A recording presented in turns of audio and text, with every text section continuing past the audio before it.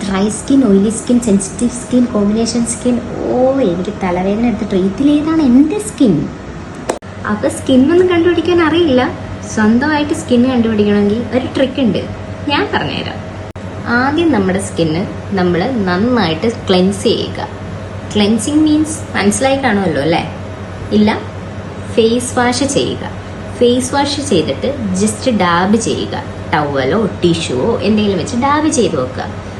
പിന്നീട് എന്താ സംഭവിക്കുക എന്നുള്ളത് നോക്കിയിട്ടാണ് നമ്മുടെ സ്കിൻ ഏതാണ് അല്ലെങ്കിൽ സ്കിൻ ടൈപ്പ് ഏതാണെന്ന് മനസ്സിലാക്കുക. ആഫ്റ്റർ ഫേസ് വാഷ് സ്മൂത്ത് ആണോ നിങ്ങളുടെ സ്കിൻ?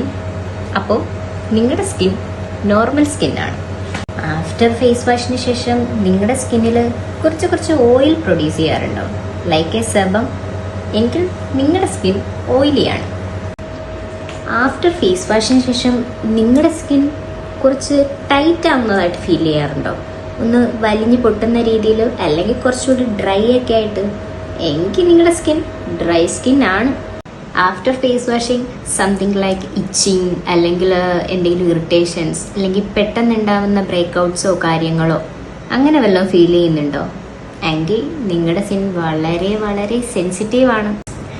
ആഫ്റ്റർ ഫേസ് വാഷിന് ശേഷം നിങ്ങളുടെ ടീ സോൺ ഏരിയ ഓയിലിയും ബാക്കി റെസ്റ്റ് ഓഫ് ദി ഏരിയ ഡ്രൈയോ ആണോ?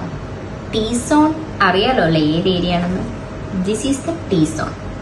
ടീ സോൺ ഏരിയ ഓയിലിയാണ്, ബാക്കിയുള്ള ഭാഗം ഡ്രൈ ആണെങ്കിൽ നിങ്ങളുടെ സ്കിൻ കോമ്പിനേഷൻ സ്കിന്നാണ്. അപ്പോൾ ഇന്നെല്ലാവരും സ്കിൻ ടൈപ്പ് കണ്ടുപിടിക്കാൻ പഠിച്ചല്ലോ അല്ലേ? ഈ സ്കിന്നിനെ കുറിച്ച് കൂടുതൽ അറിയാൻ നിങ്ങൾക്ക് താല്പര്യമുണ്ടോ? എങ്കിൽ പേജ് ഫോളോ ചെയ്യും.